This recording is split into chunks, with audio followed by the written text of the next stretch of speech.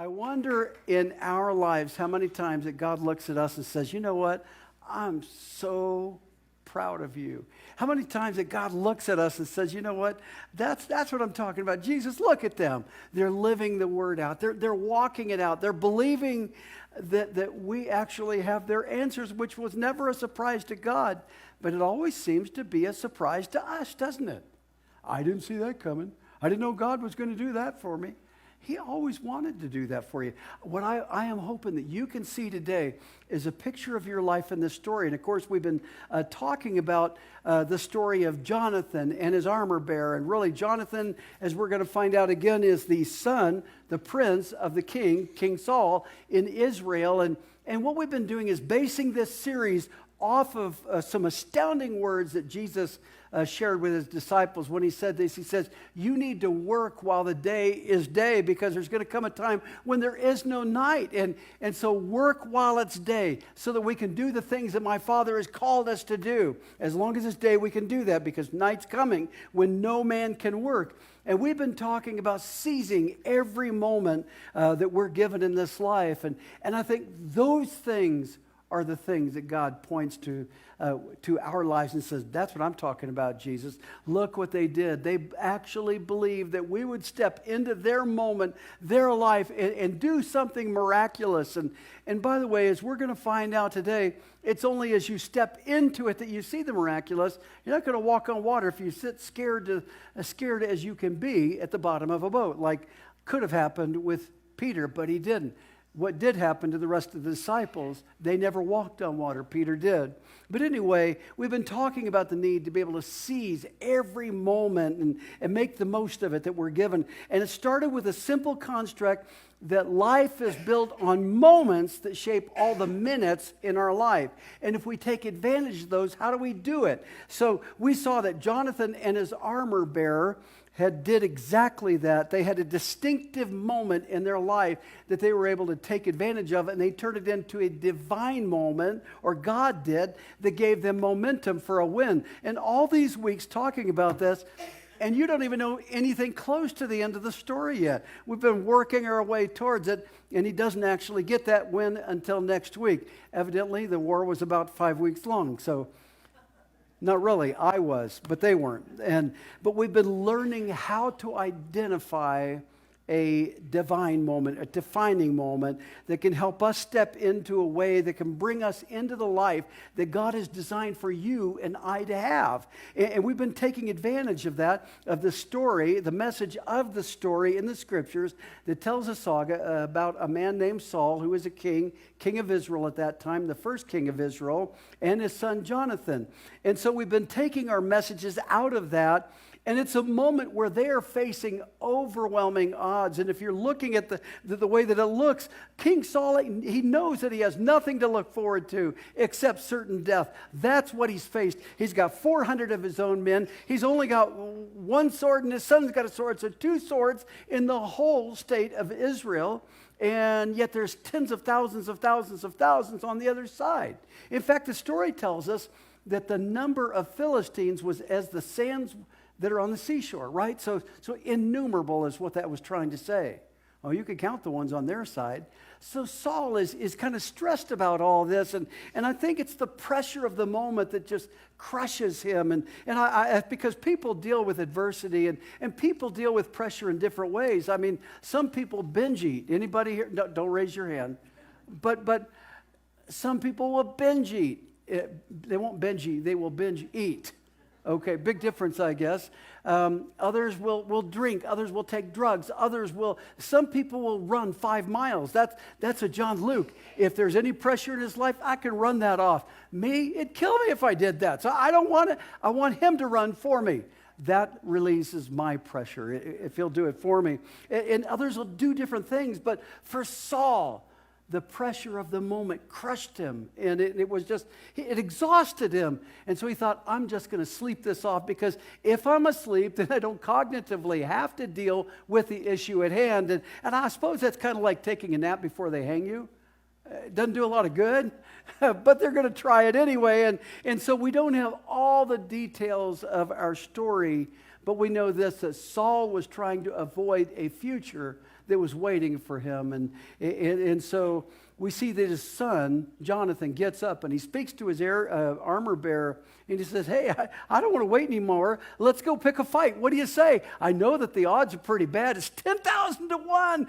Wow, isn't that good? They'll pick that one up at Vegas, won't they? But this is a moment. If God's in it, we get to be a part of something more special than we've ever been a part of in our life. And if you ever notice that you can have two different people that arrive at a situation, both of them at the same time, and one person sees it one way, one person sees it another way. One person sees it as a losing situation, and the other one sees it as this is an opportunity to really achieve something. One person sees it as meaningless and void, and yet somebody sees it with momentum, and they see it with opportunity. And what makes really the great danger in life is when we watch life happen instead of make it happen. When we sit waiting for something to happen instead of stepping into a moment where God can do something that will change our whole life and really change the trajectory of our thinking. So as we bring this story together today, what I want to do is I want to fold two big ideas into my message. And because last week we talked about risk and we talked about how you need to live oftentimes before you die. You just need to live and live for something that's not like you have always lived by. If you never want to live a life of regret, you've got to step out and do something different than what you've always done. And we talked about that last week. But if you're going to do that, then you have a decision to make. You have a decision to make because either you're going to live a life of risk or you're going to live a life of regret. But that's all up to you. So I tell you what, to get into our story today, let's turn to 1 Samuel and where we've been, 1 Samuel chapter 14, and we're going to stay in this for most of our message today. We'll stay right here. And let me pick this story up as we read in verse 8. And it says this, Then Jonathan said, Behold, we're going to cross over to the men, and we're going to reveal ourselves to them. And if they say to us, wait until we come to you, then we're going to stand in place and not go up to them. But it says in verse 10, if they say, come to us, then we will go up to them, for the Lord has handed them over to us, and this shall be a sign to us. Now, right before this, Jonathan had told his armor bearer, hey, let's go pick a fight. Maybe God will help us. Maybe God will pull us through this, but I got to say, this wasn't one of the most inspiring speeches I've ever heard anybody give. I mean, it would have been helpful if you would have said, I know it's 10,000 to 1 odds, but God spoke to me in the middle of the night and said, we're going to win this thing. Let's go. But he didn't say anything like that. In fact, as you're reading through this story, you will not see one time where God interrupts the process of things and says, hey, John, if you go out and fight this battle, I'm going to be there. I'll beat them for you. You just step out there. Not one time did God ever say that.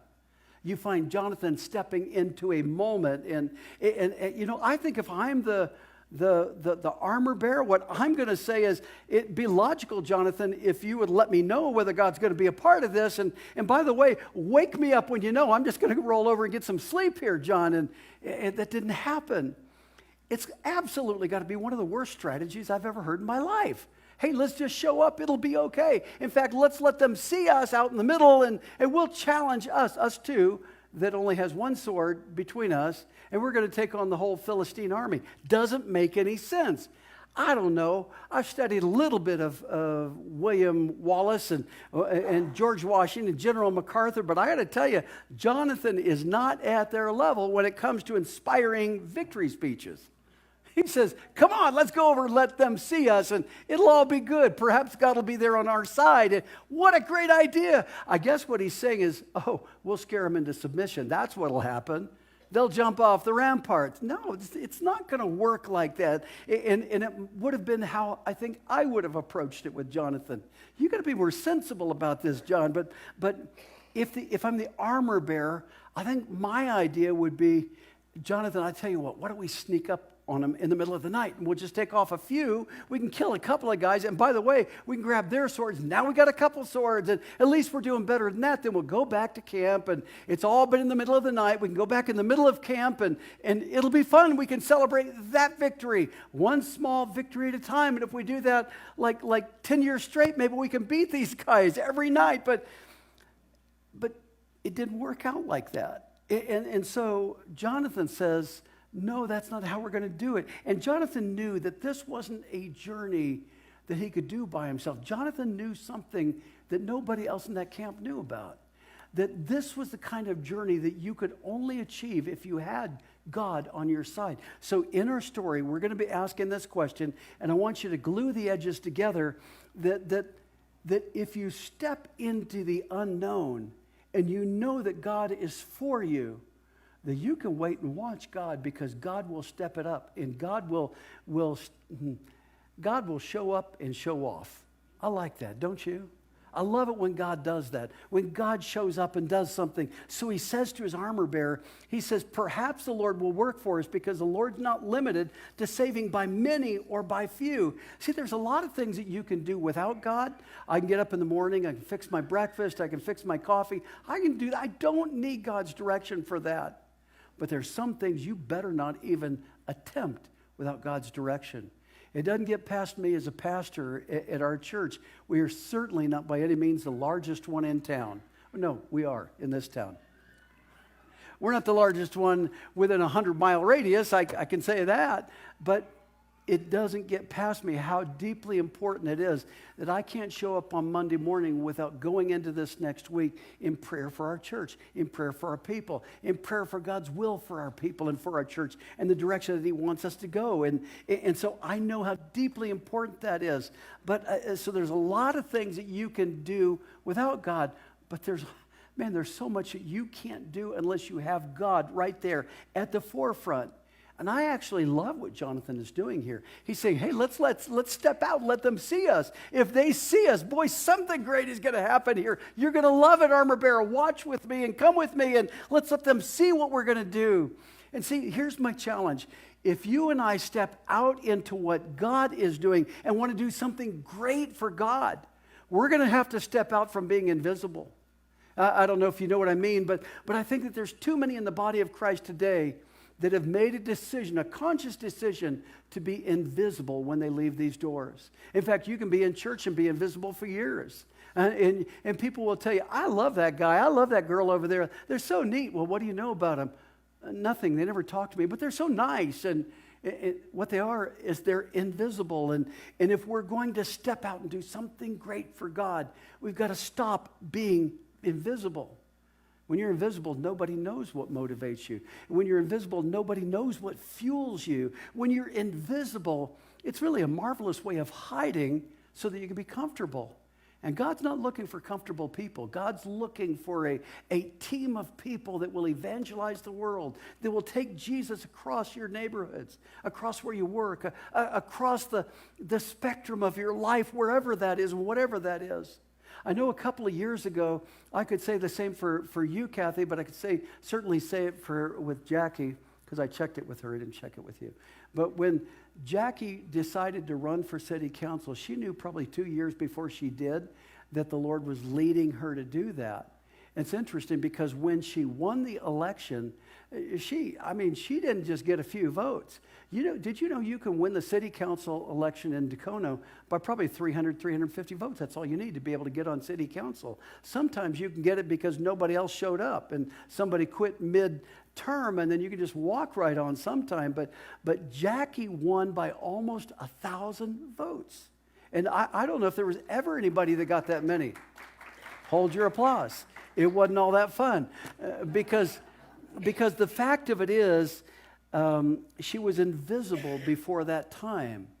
But there's a time when people will love you when you're invisible. They don't know who you are, but how many of you found this out, that when you stick up for what's right? Kathy, I know you found this out. If you stick up for what's right, all of a sudden you're not invisible. You are very much visible. And people, when they see that you become visible like that, that's when you do something right. That's what makes people angry. That's what makes people angry at work. That's what makes people angry at schools, at your schools. That's what makes people angry in your workplace, in your neighborhood. They don't like what you did because you did what was right. You know, it's Deuteronomy 6:8, and I refer to it a lot. If you do what is good and right in the sight of the Lord, it'll go well with you. So my question is, what would you be worried about with anybody else? And Jackie never was. After a while, it can get to you, but but she decided, I'm going to do what God wants me to do. And when you become visible, you become criticized. When you become visible, you become a place where judgment is attacking you daily. And I think my point for this isn't to talk about politics. My point is to talk about us as Christians, because I think there's way too many Christians that are invisible in their faith. And if you're invisible, people think, well, you're awesome, you're wonderful. Yeah, the fact of it is, you're actually invisible, and you're not talking about the very source of your life. And there's quiet ways in which nobody still even knows that you're a follower of Jesus Christ. And that's what makes Jonathan's story so deeply important for us today, because he says, let's step out into the open. Let's get out where people can see us. Let's make sure they know who we are. We're 2 against 10,000. Who cares? We're ready to go. Let's get out there and let them see us, because we're going past the point of no return, and we're going to get into this uncomfortable place. Have you ever been in this place where if God doesn't show up, you're not going to make it? If God doesn't show up, you're going down. If God doesn't show up, there's no miracle anywhere that can pull you out of this. But all it takes is for God to show up. End of story. Because it's not one against everybody else. It's everybody else against God. And that's that's overwhelmingly on God's side when that happens. And so they say, we're going past this point of no return. And I love this space. I really have learned to appreciate it when I recognize it. And I don't always recognize it, unfortunately. But when I recognize that this is one of those moments that God is allowing me to walk into, and I better take advantage of it, I love that space, because that's where the miraculous happens. That's where God shows up and shows off. That's where things that happen with you and through you could never happen anywhere else. Let me give you an example. In the mid-1990s, I went on a missions trip with my father. We met another missionary friend that I'd gone to school with, who had been a missionary in the Philippines for many years, and now he was operating out of South Africa, and that's Dirk Wood. If some of you, remember Dirk, who's been here a couple times. He just has if you say, what flavor is he? Wild. That's his flavor. If you saw him, you would understand it. But we met him in the Philippines, and we had lined up some places where we could go and do some evangelism and be a part of something special. And so we went to the Philippines, and Dirk went with us, and we were preaching in places that no man in his right mind, certainly no woman, would ever go to, because the danger was too intense. And you shouldn't even dream about some of the places that we went to, because your dream would turn into a nightmare. For example, and I've got some pictures that are going to be popping up as I tell you this story, but there's one of the places we went to, it's called Smoky Mountain, and it was called Smoky for a reason. It's not like the Great Smokies in North Carolina. It was smoky because what this is 14 stories high of all of Manila's refuse, of all of their garbage, and it was called Smoky Mountain because of the combustible methane gas, and that's what you see there. As a methane gas coming up, and it's so deadly that criminals in Manila would go and hide in this place right here. And these hovels that you see are built on top of garbage. It's built on top of garbage. It goes 14 stories deep and went 14 stories high. Manila's done a lot to make that disappear. And really what they've done is put green grass on top of all of that and made it look good. You still have the methane gas. You still have the problems of it. But it looks good from the sky. That's probably about how high you'd have to be to not die from it. But they say that the criminals would go and hide in there, and then the police wouldn't even go in there to chase them. And the reason why they wouldn't chase them is because it was way too dangerous for their health. And they couldn't breathe inside there. And so, but yet there was one thing coming in here. You have tens of thousands of people that lived in Smoky Mountain, because these citizens in the Philippines would come to Manila seeking their best year yet, and hoping that there would be something there that would help them live a better life. And they came there only to find out that there was no job, that there was no future for them. And so many of them would end up right here, as you see in this picture.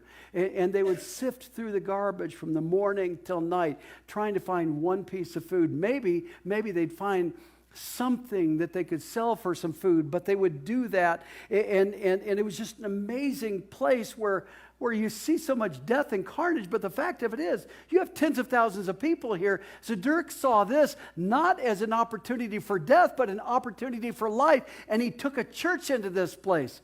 There was a church in there. And this was the first of our great adventures, and I thought, are you serious? We're not... He said, I thought you believed in the Word of God. I do, but does it work there? And, oh, what did I just say? And the thing is, we went in there and we preached to them. We saw hundreds saved. And from what I've understood in that church, there's been thousands that have come out of that church in Smoky Mountain. One of the dirtiest, ugliest places in Manila. And you know, here's the thing. What I learned out of that, you go till you have a no. God didn't tell us to go, at least distinctly, but I never heard God say, don't go in there, and you go till you have a no. There's another place that we went to called Manila Prison, and this place, in fact, you can see underneath that awning there is exactly where I was preaching. And I got to speak there that day, and the thing about this particular place, it's one of the most inhumane, dirty places that I'd ever seen. Dirtier than the last pictures you saw, and yet when we went in there, the guards, they wouldn't even be among general population there. They only stayed on the ramparts on the outside of that because that was the only where they could actually be safe. It was too dangerous. If you needed a pillow in there, your family better bring you one. If you needed a bed, they better bring you a mattress. If you needed sheets, well, good luck for that, because you're probably not going to get any. It's just the way it was. And this is a picture of when we could have been right there preaching to these people. It's not when we were there, but it was another picture. It was just like that. And Dirk says, okay, Rob, your turn. Get up, speak. It's your turn. And I'm looking at these hardened criminals. I'm looking at these people that any minute they could rush up and just tear me from piece to piece. What do? I don't know. I thought, well, let's start with the love of God. I'm preaching about how much God loves each one of these people.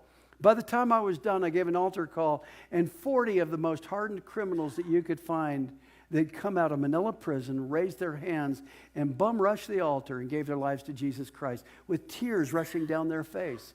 See, you go till you have a no.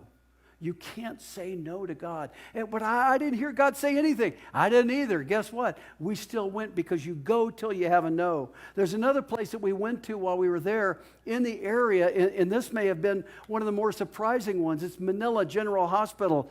And there were, you see women in this ward, but there were even babies that were delivered on the doorsteps of that hospital. And then they would leave. So a nurse would bring it in, and they didn't know where to put it, so they'd put it underneath a heat lamp. And I saw this several times. And underneath it, what I would call on a Petri dish, just sitting there under that lamp until they could find something to do with the baby. I didn't know what a bobblehead was or a bubblehead until I went there. And that's a little baby or even a little child whose head is probably twice their normal size because of maybe encephalitis or whatever it was. But you know that if there was any pressure at all, you think that it would go off like a balloon. And so what we did is we went up and they didn't understand our language, but the language of love is in any language. You can understand it. And we went there and we prayed over people. We laid hands on them and we just loved them. And to our health detriment, we hugged people that never were going to be hugged at all. We loved them in ways that nobody else was going to love them.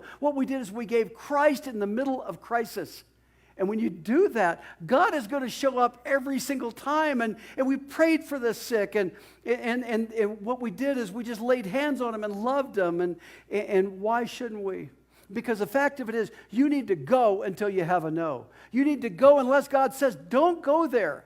And there's times that happens. There was a time when the Apostle Paul was heading out for Asia. And he wanted to go out there, and God distinctly said, no, I want you to stay right here, and this is where I want you to be. So there are times, but if you don't get that no, you go till you have a no. There was 2011, Tom, we went to Japan right after the tsunami, and we saw things that would cause you nightmares in your dreams. People that were buried right in the sand right there until somebody could come and take care of them. Houses that were completely demolished, and the things that we saw, Tom, is astounding, wasn't it? But I know that for Tom and I can speak for us, as well as the rest of the team that was with us, we couldn't not go. Because the Lord had told us specifically, you head towards that. It was a crisis. We felt compelled to go. Actually, I need to backtrack on that. I don't remember one time where I heard the Lord's voice, go towards that. I was compelled to go there. Tom was compelled to go there. Mark and JC and Jordan, we were compelled to go into that because we knew that we could make a difference in Japan. And did anybody remember here over 10 years later that we were there? Not a one, maybe nobody. But I guarantee you there's at least 2 people that did the houses that we saved from falling down and that they still live in because we were there, Tom. And so you go till you have a no. And why shouldn't we? Because, and I remembered some of the children that I'd seen in Smoky Mountain, and I remember that their smiles that went from ear to ear, but they had dirty faces. They had even dirtier clothes, and you can see that with these people here, they only have garments that they were able to get from the hospital people. But their smiles were so big and dirty faces, worn out clothes. But when you told them about Jesus, guess what? They accepted him with gladness, with tears in their eyes, and all that you would have ever thought about the danger of the moment, all the disease that you think that you're prone to, all the hundreds, if not thousands of people that would never have met Jesus as their Savior had we not been there. Can I tell you what? If we'd have died because of disease, it was all worth it. We were in Japan, it was all worth it, wasn't it, Tom? Amen. And why not? Because you got to go until you have a no. And when you step into the moment that God has for you, when we become the people that God has called for us to be, you have to decide that you're going to live a life that doesn't have any regret. I don't want to come to the end of my life and say, I wish I would have done this. I wish I would have done that. Excuse me. Speaking of a cough, I came back from Manila on that trip, and how long, Jackie? 2-3 weeks of coughing? And I think every bit of pollution that we'd gotten in our lungs, I coughed out. Have you ever seen those comics where a guy coughs and it looks like a big black cloud comes out? That's what I felt was coming out. But was it worth it? I'd have to tell you yes, because even though I'd been in the ministry almost 20 years by that time, or 20 years before that, we started our time in ministry, I never lived like I had in those couple of weeks that we were in the Philippines, and it prepared me for everything that I am today and everything we've done since then. Stepping into the moment. And speaking of that, when I was about 10 years old, between 9 and 10 years old, I lived on a military base in Japan, and it was interesting because in the summertime, there's only one place that you would go. It certainly wasn't going to be staying home. You went to the pool, and the base there had an Olympic-sized swimming pool, which is so neat, but it had some other amenities, and you might remember these when you were a kid too, but there was a low diving board. Well, there was also a high diving board, which is somewhere around, in my 10th grade 10-year-old imagination, somewhere around 100 to 300 feet up in the air. It was really only 12 feet up in the air, but my DNA was a low diving board because I could be just like Tarzan. Remember when he would jump in and dive into the water? That was me. I could do that from a low diving board mentality. That's where I was. But I would look over there and I would see it seemed like there were 3, probably 5 and 6 and 7-year-old kids. Some of them girls, which for a boy is a real insult if you see a young girl going on that high diving board and jumping off, and they would do it. But I was scared silly of it. It wasn't in my DNA because I thought if I jump into that, I am going to die. I'll be in 1,000 pieces and they'll have to put me back together. That's a 10-year-old imagination. But that's what I was thinking, and I'm not going to do that. And my brother finally talked me into getting on the high diving board. And I said, okay, I can do this. And he said, Rob, you have never lived until you jumped off that and dived like Tarzan into the water, whatever you're diving by, but get up there and jump if you have to. You've never lived till you do it. And I said, okay, I'll do it. And my kind and wonderful, loving brother helped me. He put me in front of him, and I had to walk all the way up there, 300 feet up in the air, somewhere maybe 500, I'm not for sure. I know that planes were flying over us and they almost touched my head. That's all I know. And here we are, and I'm almost to the top of the diving board, and I think, wait, I can't do this. I look down at my brother, and That's all he did. Did you have a brother like that too? And so he said, keep going, boy. Keep going. And so I get up there, and finally there's like 500 people below me waiting to get up, all of them younger than me probably. And then there's like nobody left at the top. My brother said, this is your turn. You get out there and do it. Okay, all right, I can do this. And I never thought about how I'm going to do that. If I get to the end, you wouldn't believe how dizzy you get when you're looking down and it's really that board is like this and oh no. And I could see my life flashing before me. And certainly that would be the day that I would die. And I wanted to make sure I had things right with the Lord. I'm not sure I got them right in time for that moment. I looked back at my brother and said, no, I'm not doing this. I turned around and started to go back, and he said, you're going down on the concrete or you're going in the water. Which one do you want? I knew I had to do something. And I jumped. And I jumped. And I knew. Have you ever been in that place where it only takes a couple of seconds, but it seemed like it took a year for you to get down there? I knew I was going to belly flop. I knew that it was going to be concrete. I knew that everybody in the entire pool was watching me. And I knew that they all turned around at that moment. And if I ever came up and lived through it, they were all going to be laughing at me, right? You know how many people noticed me? Nobody. They didn't care whether I flopped or whether I didn't, or whether I had a beautiful dive. They're playing and having fun themselves. But I learned something about that.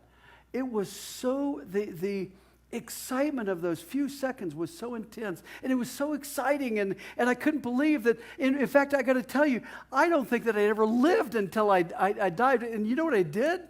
I ran for my life and went home and cried. No, I didn't. I got right back on that diving board again because I had never quite lived at that young, old time in my life right there, had never quite lived like I had. And I don't think that I ever jumped off a normal diving board again. I just wanted to do that high dive because I wanted to live. And I lived like I'd never lived before. You want to know something? I have found that in your life, that when God places you in these moments like that and you take advantage of them, God shows you a picture of what you can be and how much more that you can be than every way that you've ever been. And I began diving into the unknown all by myself, and it was exciting, but I learned something out of this. As it turns out, all my fear was irrational.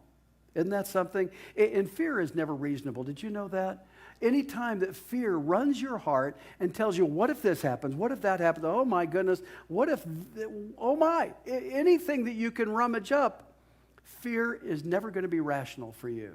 And fear never tells the truth either. I like this acronym, false evidence appearing real. Isn't that something? But if God before you, who can be against you? Right?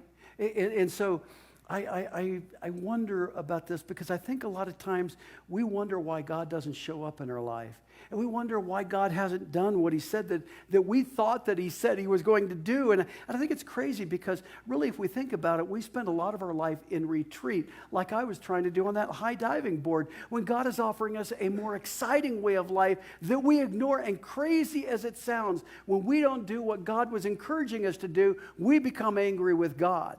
Anybody ever become angry or frustrated with God because God didn't do what you thought that he was supposed to do? Why are you showing up in my life, God? Why aren't you helping me? Why are you making my life so hard?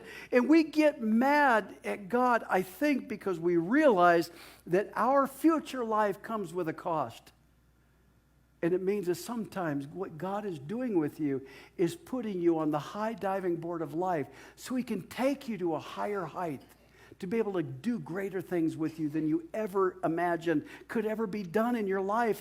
And because of that, we never live our lives as God always wanted us to, and we live a frustrated life. And so here's Jonathan. He has this brilliant strategy. Oh, let's get out in the open so they can see us. Remember that? But so he's going past the point of no return. And let's let the enemy see us. And watch this in verse 8 and verse 9. Let's take a look at that. Chapter 14, verse 8. And it says, then Jonathan said, behold, we're going to cross over to the men and we're going to reveal ourselves. And if they say to us, wait until we come to you, then we will stand in our place and not go up to them. I want to read that one more time. If they say to us, wait until we come to you. Then we will stand in our place and not go up to them. Right. Because that'd be a sign certainly that they're going to give up, die, and jump off the cliff, right? If we come up to them. Verse 10 says, but if they say, come up to us, then we will go up. For the Lord has handed them over to us, and this should be a sign to us. All right, now they're walking through two cliffs, and you have Philistines on one cliff, you have Philistines on the other, and at the end of the ravine, you got a massive amount of them, which we'll find out next week. Now, if you know anything about military strategy, you know this, that you never give up the high ground. Yeah, high ground is always going to be your best advantage, and no one's going to say, come to, stay where you are, we're going to come to you. They wouldn't do that. And the fact is, if you think about it, if a Philistine is climbing down a hill or down a ravine or down a mountainside, they can't have a sword in their hand, can they? But you can, and you can pick them off left and right. Now, okay, so I like the second one better too. I like the second option. So verse 9 says this, if they say to us, wait until we come to you, then that will be a sign. I want to get back to that word wait for a minute. Because if you remember in verse, I guess it was verse 9, wasn't it? And they said, wait. And so if they say to us, wait until we come to you, that'll be a sign. Why is it that we throw a phrase around as Christians, wait on the Lord, like it's candy at Halloween? Wait on the Lord this, wait on the Lord that. It's almost like we think sometimes as Christians that we're moving so fast that the Lord somehow, if we wait, that the Lord can kind of catch up with us. And I think Jonathan knew something about the Lord that a lot of us miss, that God's not waiting on anybody. That God is perfectly in control of your situation. And if you wanted to know the truth, really, he was waiting for you. And almost every time that you see that the Lord, or that David the psalmist will talk about waiting on the Lord, it has to do with the fact that he's really waiting on you, not you waiting on him. And so you have this, a lot of times in the Bible, we look at these texts and we think that everything is so sacred, and it is, and we know that every line matters, but watch this story. I want you to see what happens in verse 13. In verse 13 it says, then Jonathan climbed up on his hands and his feet and his armor bearer behind him. Oh, that's how he did it, huh? Didn't see that coming. Why did the writer even bother to say that? Why did the writer write this? Jonathan climbs up with his hands, his feet, and his armor bearer behind him. I think it's because we're supposed to see the vulnerability of that moment, which every one of us feels, which I felt on that high diving board. I could fall off. What if I did and I have no control at all? And yet it's in those moments of no control at all that God shines the brightest, because you find out you didn't need to have control, that he is your rock and he is your salvation. In fact, we hear David talking about, he set me up upon a rock away from the problems so that God himself could deal with the problems. What we needed to do is get out of the way. And so it says here in verse 13, Jonathan climbed up and his armor bearer climbed up behind him. And we see that he's completely now vulnerable. And he's in every way defenseless. But right before they did climb up, I want you to see in verse 11 what happened. Let's go back to there. Verse 11 says, when the two of them revealed themselves to the garrison of the Philistines said, behold, Hebrews are coming out of the holes where they've been hiding themselves, right? So verse 12 says, so the men of the garrison responded to Jonathan and his armor bearer and said, come up to us and we'll inform you of something. Yeah, that's a good idea. But Jonathan says to his armor bearer, yeah, come up after me, because the Lord has handed them over to Israel. To me, that's a pretty good indication that you should run for your life. Let's try that. But here's Jonathan telling his armor bearer, yippee-ki-yay, boys, let's go. The Lord is delivering them into our hand. We've got them right where we want them. Oh, yeah, 10,000 to 1. Good idea, Jonathan. But it was kind of like I was on that ladder with the high dive. And I said, no, that's not a good move, Dan. I need to get out of here. And would have been a good move for Jonathan to say that, and for his armor bearer to say that. At least it seems like it. And yet I think that Jonathan had an advanced spiritual mentality. And this is at the core of what I want to talk to you about today, because when you decide to be a Jonathan, you need to get an entirely different view of God. than you've had up to this point. You need to see God in a different way than you've ever seen him, because now, unless you get a no, you got to go, right? Because I'm not going to stop unless God tells me to stop. And in so many ways, I think that the body of Christ has been paralyzed. And we've been waiting for God to tell us what to do. And so inevitably, you know what we do? Absolutely nothing at all. And it's kind of odd if you think about it, because we can wait as Christians, we can wait for years for God to tell us something when he's already told you everything that he needed to tell you. What we can't say is that God has given you a yes. In fact, do you remember when Jesus said in his last will and testament to his disciples, which I call the last will and testament, which is the Great Commission, he said, go. Where? I don't know, go. Just go ye therefore. And if, tell you what, take over the whole planet for me. That's a good place. And he wasn't all that specific. How do you say that? Specific. He said, just go. Go ye therefore into all the world. And this is what you get to do while you're out there. You get to transform all of human history. Wow. He let you do that. He let me do that. And so none of us should argue about a go from God when Jesus has already told us, go ye therefore into the world. He's already done with that for us. So what is God's will for my life? What should I do? I'll tell you what I'm going to do. I'm going to close down with a couple of verses, and I'm going to give you two verses really that can answer this question for the rest of your life. And I want you to notice that when you read these, you're going to see they're so simple. So first, what I want to do is I want to read it the way that you've always read it. And then second of all, I'm going to read it the way that you should hear it, with the emphasis in the areas where it needs to be. I won't change any words. I'm just going to emphasize them. The first is where you should let your heart and your mind go. So let me read this to you. Philippians chapter 4, and we're going to start at verse 8. And he says, finally, brothers and sisters, whatever is true, whatever is honorable, whatever is right, whatever is pure. Can you see your teenagers saying this? Whatever is lovely.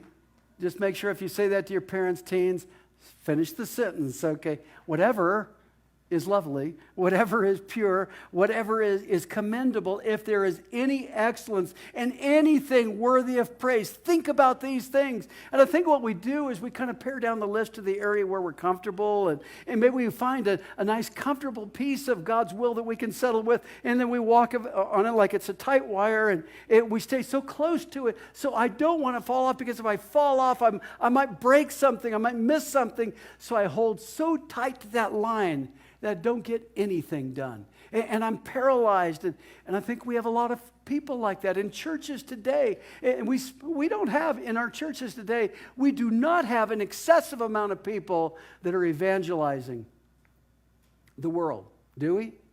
But let me read this the way that I think we should read it. Whatever is true, whatever is honorable, whatever is right. What should I do? Whatever is pure. I don't know what God's will for my life is. What do you think it is? Whatever is lovely, whatever is commendable. Think about those things. What are you supposed to dwell on? Whatever those things are that God has regarding your life. Whatever. See, when you get into relationship with the Creator of the universe, you need to know that your imagination has the capacity to expand, not contract. Whatever. My wife, this is sad for me. This is really hard for me to hear, because my wife told me about a church that is local to this area, not real far from us. And this church made a decision that what they would do is they would go into relationship with some other churches that have sexual perversion behind their pulpit. And I thought, that's a church that was well known for being a Bible-believing church. Yet they made a commitment to be able to turn a direction. I have to tell you a message so simply based as the whatever, and we could call it the whatever message. But the fact is, this world is changing around you. This world is moving so fast at breakneck speed. And I've got to tell you, in this church, you will, as long as I am drawing breath, this will never be a place where we compromise the words of this book right here.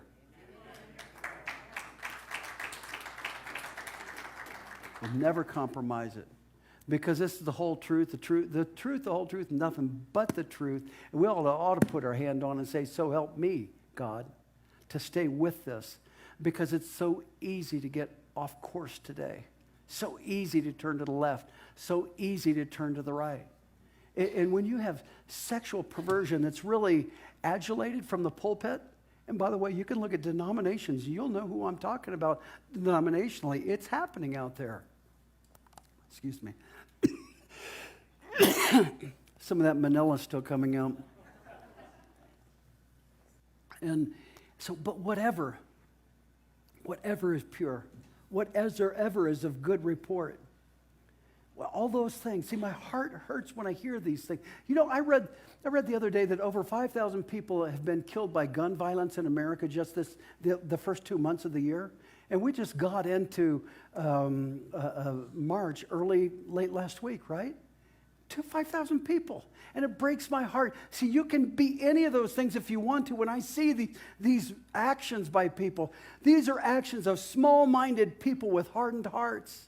And they're operating in a way that the world has affected them and turned their hearts and made them do, not made them, they made decisions, but they were tempted to a place where they accepted the temptation and said, I'm going to be a part of the world, and I'm going to let this world destroy me. And my heart breaks when I see these, because these are small-minded people with hardened hearts. And you see violence, and you see hatred, and you see racism and jealousy and anger and greed. All those things have been done before. I was reading in Ecclesiastes chapter 3, I think it is, that these things are old school. They've been done. Everything that could be done has already been done. You want to be like the world? Those things have been done already.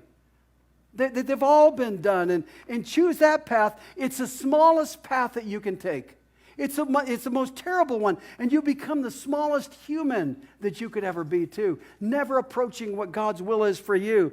But you know the things that are true. Pick from them. You know the things that are honorable.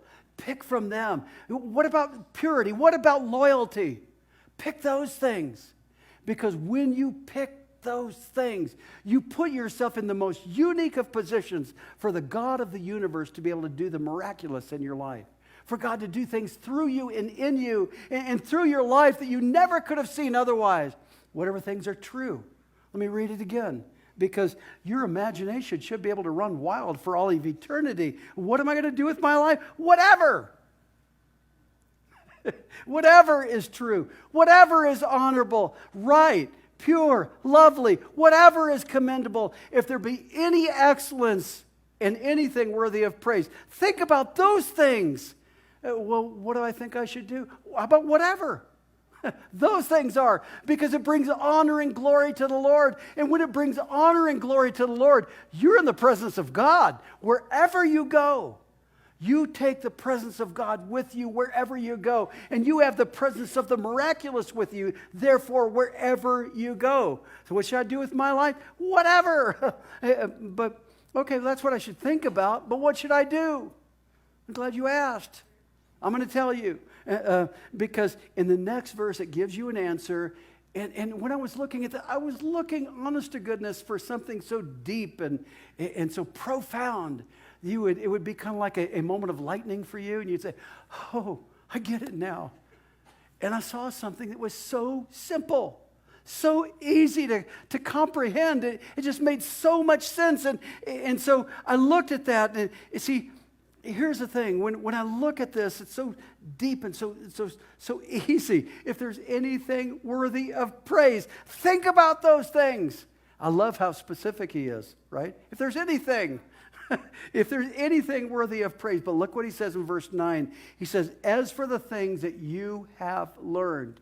As for the things that you've learned and received in verse 9, and heard and seen in me. Okay, so I learned, I received, I heard, seen in me.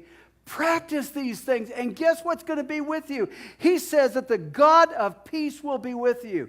In the middle of Manila prison? Yeah, he'll be there. How could you preach and not get, as a man in a male prison, even raped? Because I could have. Because that was prevalent in that prison. How about Manila Hospital? How come I wasn't on a gurney after being in there? Because the God of peace was with me.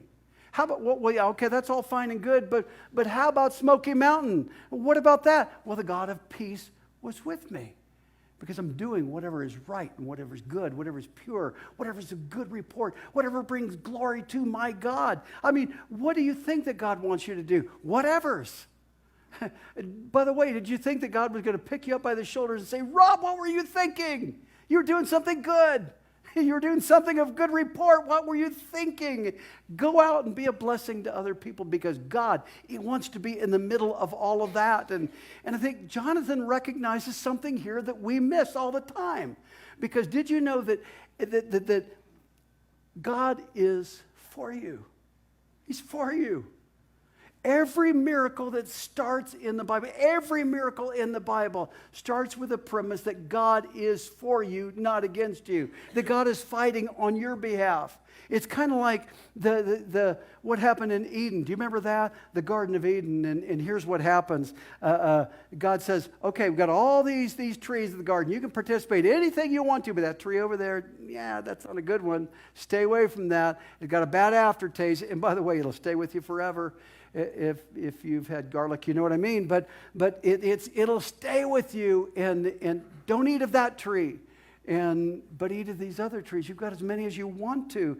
Every miracle in the Bible starts like that. You can have as many as you want to, but don't eat of something bad. Don't go there. God is for you. Take the premise of everything that you step into and understand that God is for you. Oh, that's risky. That's too risky for me. No, it's not, because God's for me.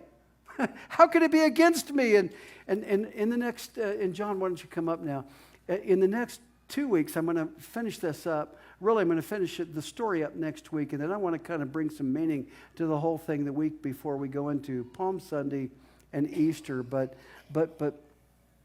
while I'm choosing out those things that are praiseworthy, the whatevers of the things that are pure and the whatevers that are honorable and good, did you know that God has an amazing way of bringing them into your life? What is it that you're asking from God today? What is it that you need from God today? Start walking in the whatevers, because when you do that, you will find that God tracks you down. You don't have to look for Him. You don't have to wait for Him, because the God of peace will be with you. Can you accept that today? Can you receive that?